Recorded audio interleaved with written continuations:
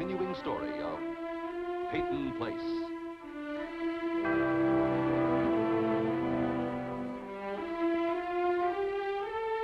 Starring Dorothy Malone as Constance Mackenzie, Warner Anderson as Matthew Swain, Ed Nelson, Michael Rossi, Mia Farrow as Allison Mackenzie, Ryan O'Neill as Rodney Harrington, and Barbara Parkins as Betty Anderson.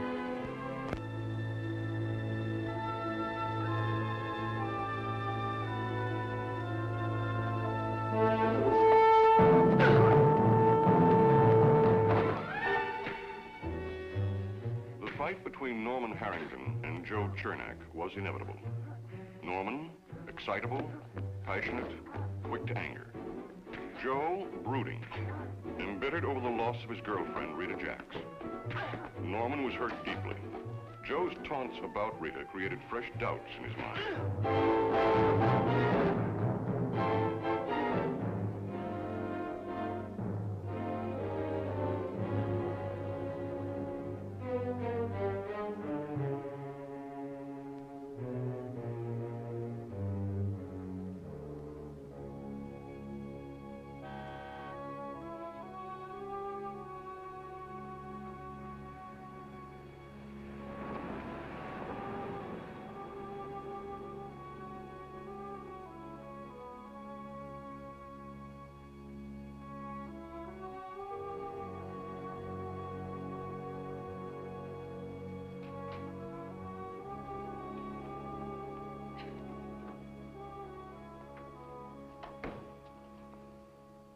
Sonny. Well, he's good and late. Well, if you've been scraping barnacles all day, you want to go home first and get cleaned up. Now, like I said, relax. Come on. You want some coffee? No, thanks. Well, why didn't he just come here first? I mean, he was working right on the wharf. Oh, stop asking silly questions and come sit down. You're making me nervous. Well, I just don't think he'd go home first. But he's going to a clam bake. I could clean up here. What's gotten into you? You were bubbling over about going to the beach with Rod and Allison. Everything was so rosy again. Now, what's gone wrong? Come on, honey. What is it? Joe Chernak's back. Oh, so that's it. You know for sure? Remember his sister Stella? She was in the drugstore today. Maybe I could just go camp on his doorstep. You don't want to do that. Why don't you call him up?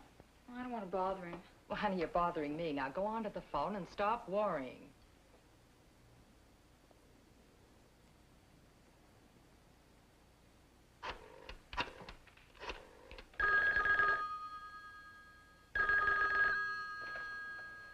Hello? Hi, Norm. Oh, is this Rita?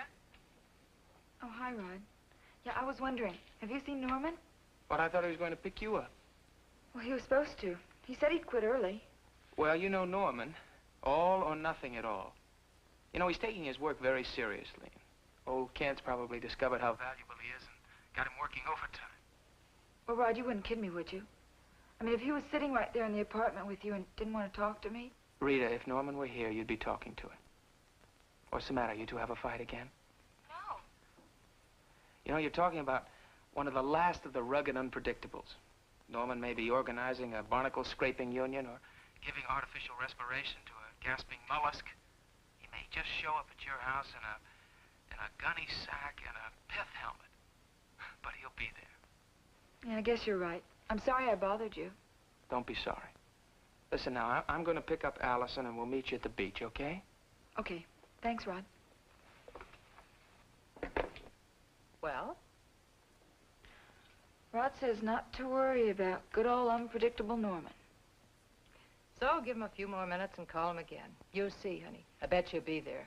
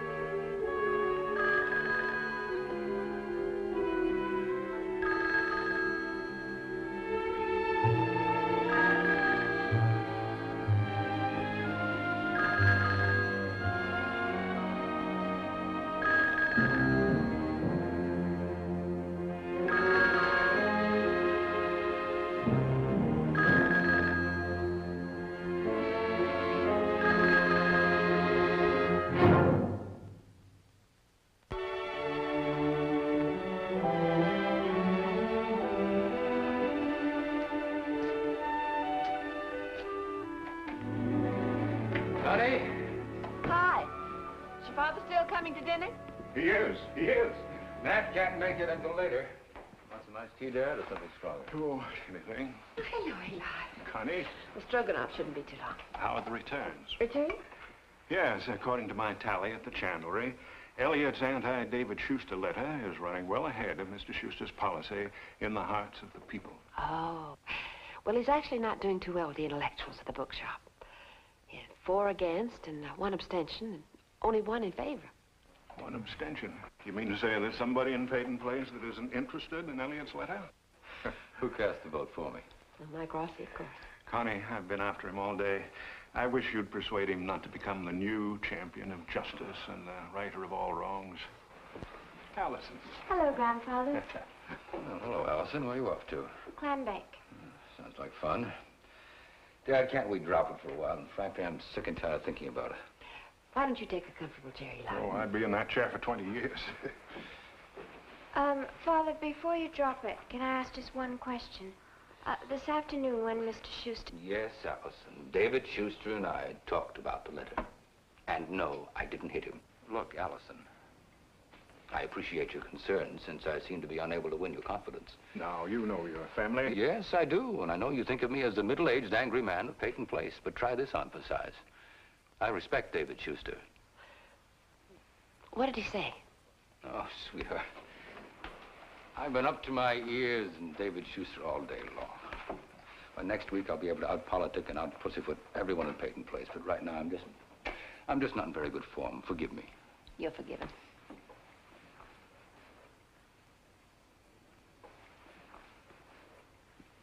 I wonder if you'll ever learn to control your temper. Enough to run the Clarion, I mean. Would you like me to leave?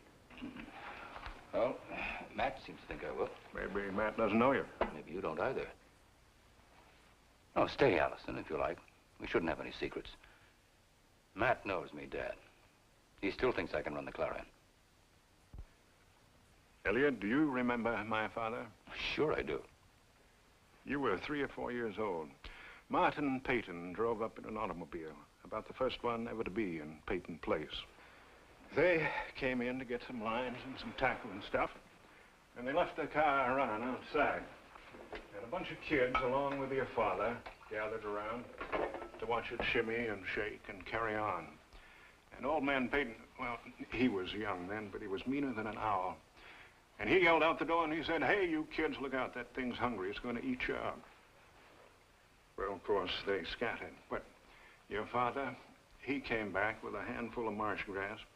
And when the car wouldn't eat it, he got so mad he kicked a dent in the fender the size of a football. And it broke his toe. Well, my father gave him a whipping. And after he whipped you, you bit him.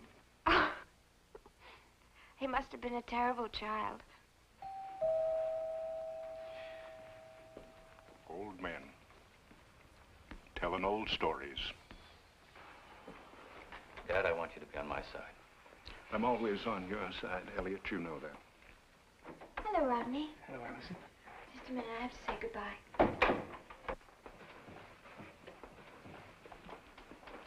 Oh, hello, Rodney. Hello. Mr. Carson, Eli? What can we offer you? Oh, we're late as it is. We better be going. We're going to meet Norman and Rita at the beach. I have some food for you to carry in the kitchen. Great. Well, goodbye. Good night. I won't be late. Bye. Right. Have a good time. Patterns of a lifetime are hard to change. It's going to be hard for you to learn now. Yes, but at least your father started to teach me back 40 years ago, but no one has ever, until now, tried to teach me how to be an ostrich. It's too late, Dad.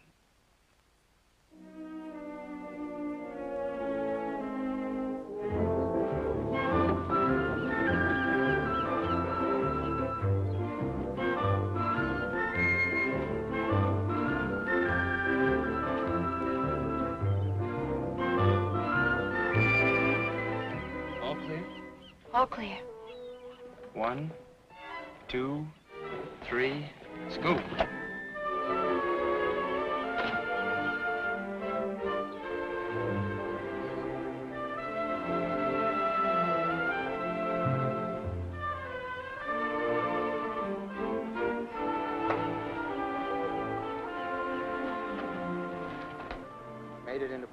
Bye, sir. Okay, now act nonchalant. If any of our friends see it, we'll never live it down. I know. You know what the definition of a New England cardinal sin is? No, what? Going to a clam bake with store-bought clams. Unforgivable. 2 weeks at the pillory At least. Okay, come on.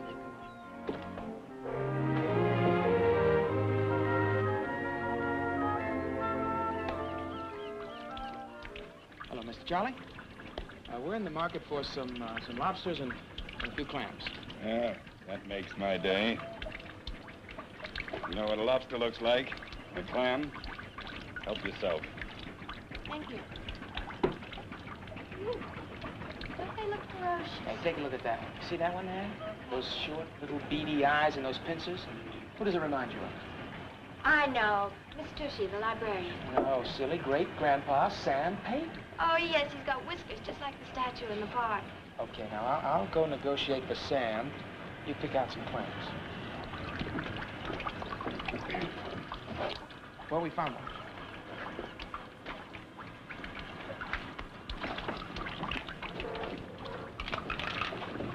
Right there.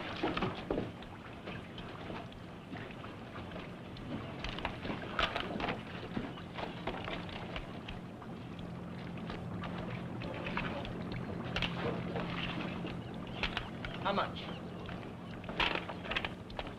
$4, all told. Okay, fair enough. 2, 4. Thank you. Listen, I'll bet Rita, Norman already at the beach. Come on, let's go.